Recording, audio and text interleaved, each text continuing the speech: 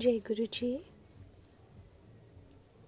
जय गुरु जी। संगत जी, गुरु जी के चरणों में कोटि कोटि प्रणाम और सभी संगत को प्यार भरा जय गुरु जी। शुक्राना गुरु जी महाराज, ये सेवा बख्शने का दिव्य आभा की जो ये शुभ ग्रंथ है हमारे गुरु जी द्वारा लिखवाया हुआ, ये सेवा बख्शने का कि हम इन सत्संग को पढ़ें जिससे हमें बहुत से आंसर्स मिलते हैं। लख लख शुक्राना गुरु जी आपका और शुक्राना मल्टीलिंगुअल टीम का जिन्होंने ये अपॉर्चुनिटी दी कि हम इस ग्रंथ को पढ़ सकें। आज का सत्संग मृत्यु शैया पे जीवन दान, जो कि पेज नंबर 80 से लेकर 82 पे है। ये सत्संग अशोक ग्रोवर जी द्वारा लिखा गया है। ये दिल्ली में रहते हैं। सत्संग आरंभ करने से पहले गुरु जी के चरणों में मंत्र जाप करते हैं। ओम नमः शिवाय, शिव जी सदा सहाय। ओम नमः शिवाय, गुरु जी सदा सहाय। जय गुरु जी। गुरु जी, पाठ पढ़ते सत्संग करते कोई भूल चूक हो तो प्लीज़ उसे क्षमा कीजिएगा। संगत जी, उच्चारण संबंधित गलतियाँ और भी कोई गलती हो तो प्लीज़ उसे क्षमा कीजिएगा। सत्संग आरंभ करते हैं संगत जी। मृत्यु शैया पर जीवन दान। एक परिवार पिछले 45 वर्षों से राधा स्वामी का अनुयायी था। उनमें से एक अशोक ग्रोवर गुरुजी के भक्त थे। उन्हें जब अपने संबंधी का फ़ोन आया कि उनके पिता मृत्यु शैया पर हैं, तो वे तुरंत घर गए। उनके पिता को लगातार हिचकियां आ रही थी और चिकित्सकों ने और कुछ कर पाने में अपनी असमर्थता व्यक्त कर दी थी। अशोक गुरुजी को पूरे मार्ग याद करते हुए उनको दिल्ली के अपोलो चिकित्सालय ले गए और उनको गहन सेवा केंद्र में प्रविष्ट किया गया। उनके पिता का रक्त मधु 700 पहुंच गया था। आंतों ने कार्य करना बंद कर दिया था और हिचकियां उनकी भांति धीमी हो रही थी। चिकित्सकों ने आशा छोड़कर उन्हें घर ले जाने का परामर्श दिया। उसी समय अशोक को आभास हुआ कि अब उनके पिता स्वस्थ हैं और चिंता करने की कोई आवश्यकता नहीं है। अशोक को एक आवश्यक कार्य से जाना था, अतः वे गुरुजी की आज्ञा अनुसार बिना किसी सेवक के अपने पिता को चिकित्सालय में छोड़कर चले गए। अगले 2 दिन अशोक अति व्यस्त रहे और उन्हें चिकित्सालय से संपर्क करने का भी समय नहीं मिला। जब वे वापस आए तो उन्होंने अपने पिता को रोते हुए देखा। उनके मन में विचार आया कि उनके पिता उन्हें अकेला छोड़ने के कारण दुखी थे, पर उन्हें अचंभा तब हुआ जब उनके पिता ने पूछा कि क्या वे गुरुजी के पास गए थे।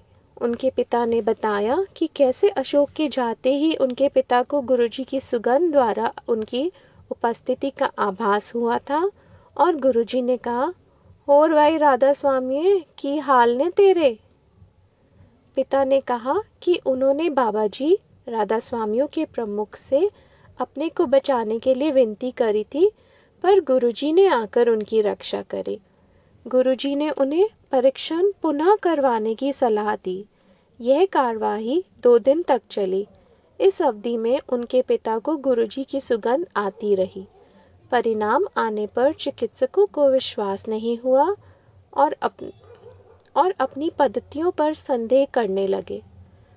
उनके अनुसार उनके पिता को कोई रोग नहीं था। उन्होंने एक इंसुलिन इंजेक्शन की सलाह दी, पर अशोक के पिता ने मना करते हुए कहा कि अब उन्हें औषधियों पर विश्वास नहीं रहा और अब सबसे बड़े चिकित्सक गुरुजी के परामर्श से ही उपचार कराएंगे। 1 सप्ताह पश्चात अशोक के पिता गुरुजी के पास आए तो गुरुजी ने वही शब्द कहे, और भाई राधा स्वामी की हाल ने तेरे। फिर गुरुजी ने उन्हें बताया कि उन्होंने उन्हें नवजीवन प्रदान किया था। ये देखकर कि गुरुजी ने कैसे परिवार प्रमुख की रक्षा करी थी, परिवार के सब सदस्यों ने गुरुजी के पास आना आरंभ कर दिया और ये अनुभव किया कि वह स्वयं ईश्वर के संरक्षण में है। जय गुरु जी।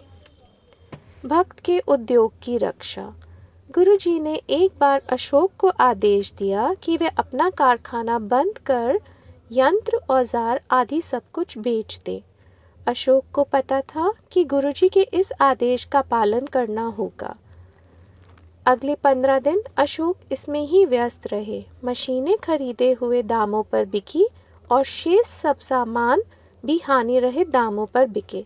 किसी को समझ में नहीं आया कि गुरुजी ने अपने भक्त को अपना व्यापार बंद करने का आदेश क्यों दिया, और कई लोगों पर को भारी घाटा उठाना पड़ा, पर अशोक बच गए थे। उन्हें स्वयं परमात्मा ने बचाया था।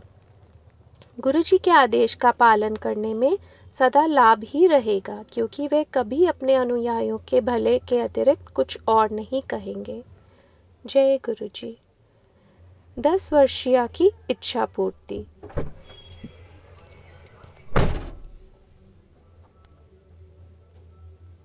एक दिन अशोक की 10 वर्षीय पुत्री गुरुजी के दर्शन करना चाह रही थी। अशोक स्वयं बड़े मंदिर के आयोजन में व्यस्त थे। उन्होंने एक भक्त से अपनी बेटी को बड़ा मंदिर लाने का निवेदन किया। वे बड़ा मंदिर आई, पर एम्पायर स्टेट जाने का हट करती रही। उसे वहां ले जाने वाला कोई नहीं मिला। पूरी रात्रि वे रो रो कर गुरुजी से उनके दर्शन के लिए प्रार्थना करती रही। अगले दिन प्रातःकाल सब चकित रह गए जब गुरुजी स्वयं बड़े मंदिर पहुंच गए। जब अशोक ने उनको बताया कि उनकी बेटी रात को उन्हें याद कर रही थी, गुरुजी मुस्कुराकर बोले कि इसी कारण वे उससे मिलने वहां आए हैं। गुरुजी की दया से उनकी बेटी अपनी कक्षा में प्रथम आई और तब से सदा एक प्रतिभाशाली बच्ची रही है। जय गुरुजी। अशोक ग्रोवर, दिल्ली द्वारा कथित। शुक्राना महाराज, ये सब प्यारे प्यारे सत्संग पढ़वाने के लिए, आपके चरणों से जोड़ने के लिए। गुरुजी हमें ऐसे ही अपने चरणों में लगाए रखना। कोई भूल चूक हो तो उसे माफ़ करना। जय गुरुजी। शुक्राना गुरुजी।